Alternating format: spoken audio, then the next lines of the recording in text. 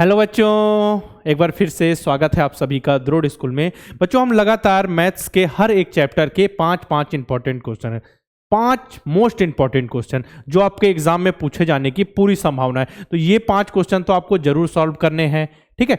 Question दूसरे भी पूछे जा सकते हैं, लेकिन ये 5 क्वेश्चन मेन कॉन्सेप्ट से रिलेटेड है।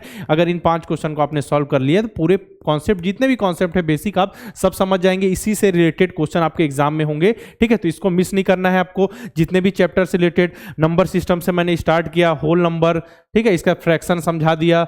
इसके बाद हम आगे पढ़ेंगे फैक्टर एंड मल्टीपल्स, इसके बाद एलसीएम, एचसीएफ, सब कुछ मैं आपको समझाता चलूंगा। तो आप एक एक चैप्टर से रिलेटेड 5 क्वेश्चन तो देख ही सकते हैं ना, आपका ज्यादा समय नहीं जाएगा। 5 क्वेश्चन इंपॉर्टेंट जरूर देखिए, आपके लिए बहुत ज्यादा बेनिफिशियल होंगे एग्जाम के लिए, ठीक है। चलिए स्टार्ट करते हैं। आपका ज्यादा समय वेस्ट ना करते हुए सीधा हम जो भी हमारे मुद्दा है, जो टॉपिक है, क्वेश्चन सॉल्व करने पे आते हैं। वीडियो को आप सभी लाइक कीजिए, क्योंकि इतनी मेहनत हम आप सभी के लिए करें, तो आप सभी वीडियो को लाइक कर सकते हैं, दोस्तों को शेयर कर सकते हैं, और चैनल को सब्सक्राइब कर दीजिए, ताकि जितने भी नोटिफिकेशन है, जरूरी जानकारी है, सबसे पहले आपके पास आए, ठीक है। चलिए पहला क्वेश्चन आपकी स्क्रीन पर ये रहा।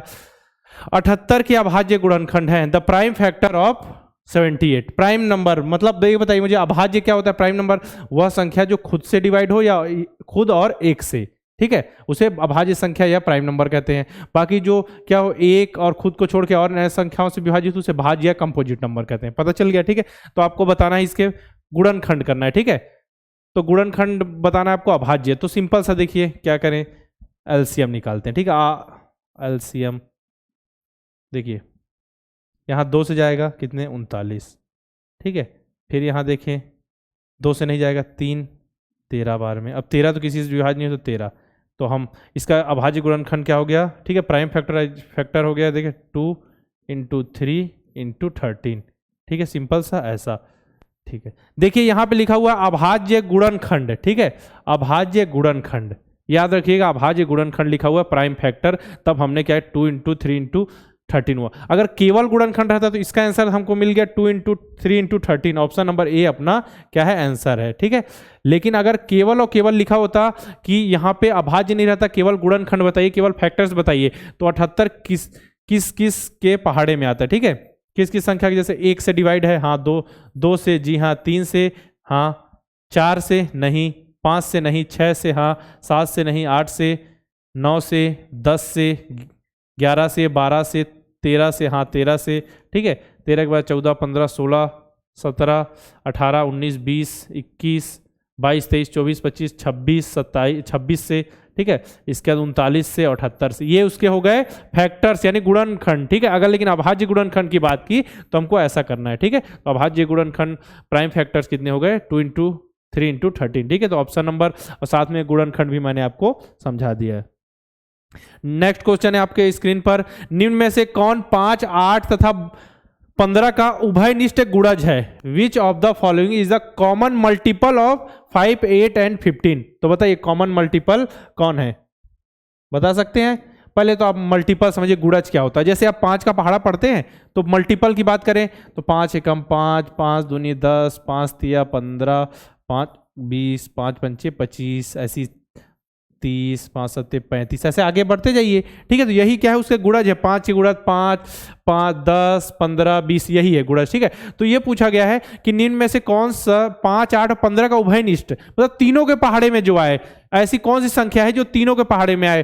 5, 8 और 15 तीनों के पहाड़े में आए। तो चलिए बताइए कौन सी है। तो इसके लिए आप सभी करेंगे क्या, इसके लिए भी हम निकालते हैं। चलिए 5 कितना है, 5, 8 और 15, ठीक है। चलिए निकालते हैं। 2 से नहीं जाए, ये 4 बार में गया, ठीक है, ये 15 ही रहेगा। फिर इसके बाद देखिए 5, ये 2 आ गया, ये 15 ही रहेगा। ये 2 से 5, 1 और ये 15 ही रहेगा, ठीक है।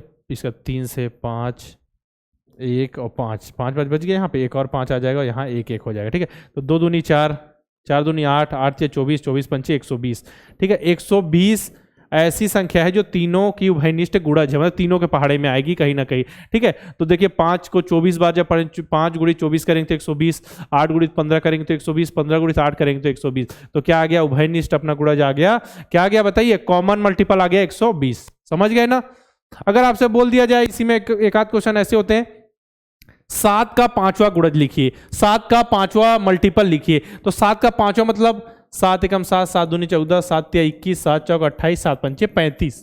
तो क्या है 7वां 5वां गुणक 35। ठीक है, तो इसी तरीके से तो इसका आंसर 120। धीरे समझते हुए अब चलिए एक आध क्वेश्चन और बता दूं क्या इसमें। हाँ, ऐसा पूछ लेगा आपसे कि बताइए, देखिए 5 के प्रथम 3 गुणजों का योग।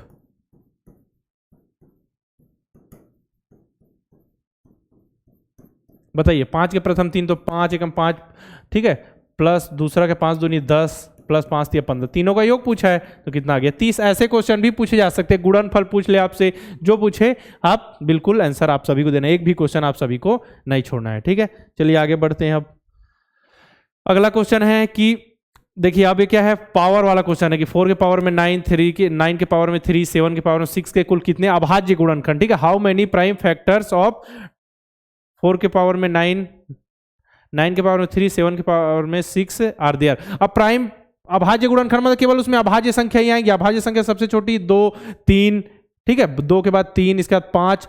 अभाज्य संख्या किसे कहते हैं, बार बार जो खुद से और 1 से ही डिवाइड हो, बाकी किसी से विभाजित ना हो। ठीक है, अब देखें इसमें, देखिए तो इसमें कैसे करना है, देखिए 4 के पावर में 9 लिखा है, इसको लिख सकते हैं 2 के पावर में 2, क्योंकि 2 के फॉर्म में 2 है ना, 4 तो अभाज्य संख्या नहीं, तो अभाज्य संख्या का फॉर्मूला है, तो इसको ऐसा 2 के पावर में 2 इंटू 9 यहाँ पे ऐसा लिख सकते हैं। इसमें देखिए 9 के पावर में 3 को लिख सकते हैं 3 के पावर में 2, क्योंकि 3 का स्क्वायर 9 होता है, इंटू 3।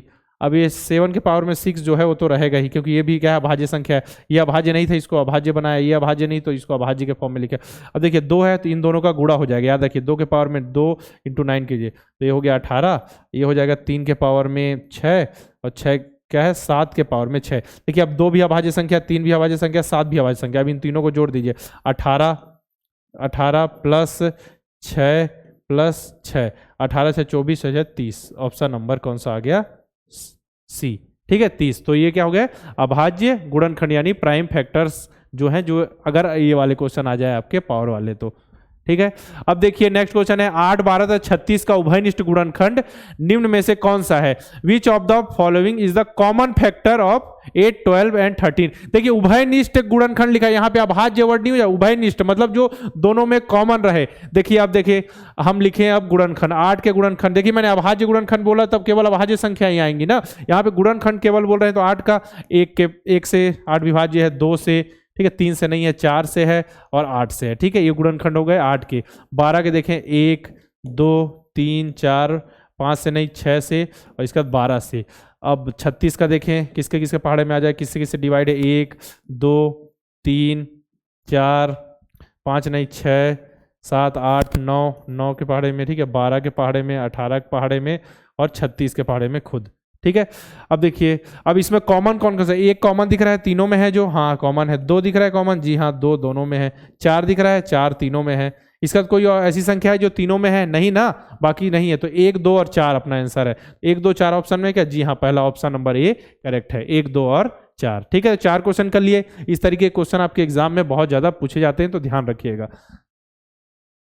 अब देखिए लास्ट क्वेश्चन आ गया 5वां, 24 और 88 के बीच 8 के गुणजों की संख्या। ठीक है, the number of multiples of between 8 and, नहीं इसमें पूछा गया the number of multiples of 8, multiples of 8 between 24 and 88, मतलब 24 से देखिए इतनी बीच में संख्याएं होंगी और 88 के बीच 8 के कितने गुणज हैं, 8 के कितने मल्टीपल्स हैं। तो 8 के मल्टीपल्स बताया 8 के पहाड़ा, लेकिन 24 8 के पहाड़े में 24 आता है, 24 आता है ना, 8 3 जा, और ठीक है 8 11 जा में कितना आएगा 88, लेकिन इनके बीच पूछा है, 24 को नहीं गिनना। ठीक है, तो अब जब 8 का पहाड़ा हम लिखें देखिएगा तो क्या होगा बताइए। देखिए 8 का पहाड़ा लिखे 8, 16, 24, 32, 40, 48, 56, 64, 72, 80 और 88। ठीक है, अब इन दोनों को नहीं गिनना है क्योंकि इनके बीच पूछा हुआ, किनके बीच पूछा हुआ है, ये देखिए 24, ये तो 8 है, ये तो इनका कोई यूज ही नहीं, इसको तो काट ही दीजिए। ठीक है, किनका यूज नहीं है, इनका यूज नहीं, क्योंकि इनसे पूछा ही नहीं है। अब ये इसके और इसके बीच में पूछा है, देखिए 1, 2, 3, 4, 5, 6 और 7। ठीक है। अब 8 के गुणज की बात हुई तो देखिए ये 8 से 3 बार में 8 दिया 24 और ये क्या 8 से 11 बार में, ठीक है। तो इन दोनों का अंतर कितना हो जाएगा, अगर सेम टू सेम है तो 8 कितना हो जाएगा, 8 हो जाएगा, 11 में से 3 गया तो 8, उससे 1 कम कर दीजिए क्योंकि उसको हमको छोड़ना है, तो कितना आ गया 7। तो अपना आंसर कितना है 7। अगर नॉर्मल छोटी संख्या है डायरेक्ट आप कर सकते हैं, तो इसमें ऐसा लिख के भी आप देख लीजिएगा कितना आ रहा है, ठीक है। गिन लीजिएगा ना, नॉर्मल ज्यादा बड़ा आपको देगा नहीं, तो देखिए 1 2 3 4 5 6 7, अपना आंसर है 7, ठीक है। देखिए फैक्टर मल्टीपल से इस प्रकार के क्वेश्चन आप जरूर करके जाइए, ऐसे ही क्वेश्चन आपके एग्जाम में पूछे जाते हैं, ध्यान रखिएगा। नवोदय 30 मॉक टेस्ट आपके लिए फिर से बहुत ज़्यादा इंपॉर्टेंट, जो क्वेश्चन हमेशा रिपीट हो रहे हैं, बहुत अच्छे से पूछे जा रहे हैं, जिनसे रिलेटेड क्वेश्चन और बन सकते हैं, नए नए प्रकार के क्वेश्चन बनाकर आपको समझाया गया है मॉक टेस्ट में, बहुत ही अच्छे से आपके लिए मॉक टेस्ट, मतलब आपका एग्जाम ये समझिए 30 एग्जाम देने के बाद आप क्या है, मेन एग्जाम जो आपका 29 अप्रैल को होने वाला है वो देने जाएंगे, ठीक है। तो मॉक टेस्ट में इनरोल कीजिए, अपना टाइम मैनेजमेंट की सीख लीजिए, रैंकिंग देखिए किसमें कमजोर है आप जानिए, किसमें आप स्ट्रांग है, अपने ताकत को जानिए इसमें, तो आप इनरोल कीजिए और अपनी तैयारी अच्छे ढंग से कीजिए। 50 मॉडल पेपर आपके लिए बहुत इंपॉर्टेंट होंगे, 50 मॉडल पेपर और 30 मॉक टेस्ट की सीरीज बहुत ही ज्यादा इंपॉर्टेंट है आप सभी के लिए एग्जाम से पहले प्रैक्टिस करने के लिए, ठीक है। अर्जुन बैच, अगर आपके कॉन्सेप्ट क्लियर नहीं है तब अर्जुन बैच ज्वाइन कीजिए, कोई भी चैप्टर मतलब जैसे कि आपको परसेंटेज समझ नहीं आ रहा, प्रॉफिट लॉस समझ नहीं आ रहा है, तो अगर कॉन्सेप्ट क्लियर करना है तो अर्जुन बैच, अगर प्रैक्टिस करनी केवल क्वेश्चन की कॉन्सेप्ट आते हैं तो 50 मॉडल पेपर और 30 mock test, Hindi medium English medium दोनों उपलब्ध है। अगर आप नवोदय विद्यालय 2024 की तैयारी कर रहे हैं तो हमारा नवोदय अल्फा बैच है, जो आपको बेसिक से जीरो से जोड़ना घटाना गुणा भाग से आपको 1 2 3 बहुत ही अच्छे ढंग से तैयारी कराएंगे, जो भी नेक्स्ट ईयर के लिए नवोदय विद्यालय की तैयारी करें, मतलब उनको जोड़ना घटाना गुणा भाग फिर धीरे से नंबर सिस्टम सब कुछ धीरे धीरे सिखाया जाएगा। अभी समय है ना, इसलिए स्टार्टिंग से ज्वाइन करने पे बच्चों को क्या होगा, बेनिफिट मिलेगा। नेक्स्ट ईयर के लिए सैनिक स्कूल की तैयारी कर रहे हैं तो सैनिक अल्फा बैच, नवोदय के 10 मॉक टेस्ट और सैनिक के 10 मॉक टेस्ट भी द्रोड़ स्कूल के ऐप में मिल जाएंगे। क्या कुछ बच्चे 30 मॉक टेस्ट कर पाते तो ये 10 मॉक टेस्ट की सीरीज उनके लिए बहुत बेनिफिशियल होगी, ठीक है। अगर कोर्स से रिलेटेड कोई जानकारी चाहिए तो 6260388361 पर कॉल करके इन्फॉर्मेशन ले सकते हैं। कूपन कोड लिख लीजिए alpha 10 ALPHA10 alpha 10, coupon code apply करके कोर्स में 10% की छूट पा सकते हैं। करना क्या है, प्ले स्टोर पर जाना है, द्रोड़ स्कूल का आपको ऐप इंस्टॉल करना है, इंस्टॉल करने के बाद जो भी कोर्सेज की आपको रिक्वायरमेंट हो उसमें इनरोल कर सकते हैं और अपनी तैयारी बहुत अच्छे ढंग से कर सकते हैं। डिस्क्रिप्शन में मैं आपको टेलीग्राम जो अपना चैनल है उसकी लिंक दे दूंगा, वहां डायरेक्ट ज्वाइन कर लीजिए, क्योंकि बच्चे सभी वहां जुड़े रहेंगे, तो आपको जो आपके डाउट्स होंगे या फिर दोस्तों के डाउट होंगे आप खुद सॉल्व कर सकते हैं, आपके डाउट सॉल्व होंगे, नहीं समझ आएगी तो हम उससे रिलेटेड वीडियो बनाकर आपको समझा देंगे, ठीक है। डिस्क्रिप्शन में आपको लिंक मिल जाएगी, वहां जैसे ही आपको अपने पेपर का सॉल्यूशन चाहिए तो वहां आके ज्वाइन कर सकते हैं, लिंक वगैरह आपको मिल जाएगी, डायरेक्ट आप सॉल्यूशन वगैरह देख सकते हैं, ठीक है। फिर मिलते हैं इसी प्रकार के वीडियो के साथ। अभी आपको इसके बाद में आपको LCM SCF का वीडियो आपके लिए अपलोड हो जाएगा, धीरे धीरे सभी चैप्टर के होंगे, आप पूछे थोड़े हार्ड चैप्टर, धीरे से प्रॉफिट लॉस परसेंटेज हर चैप्टर के 5 जो मोस्ट MP क्वेश्चन है वो लेकर मैं आपके लिए आऊंगा, ठीक है। फिर मिलते हैं इसी प्रकार के वीडियो के साथ, वीडियो को लाइक जरूर करना है आप सभी को।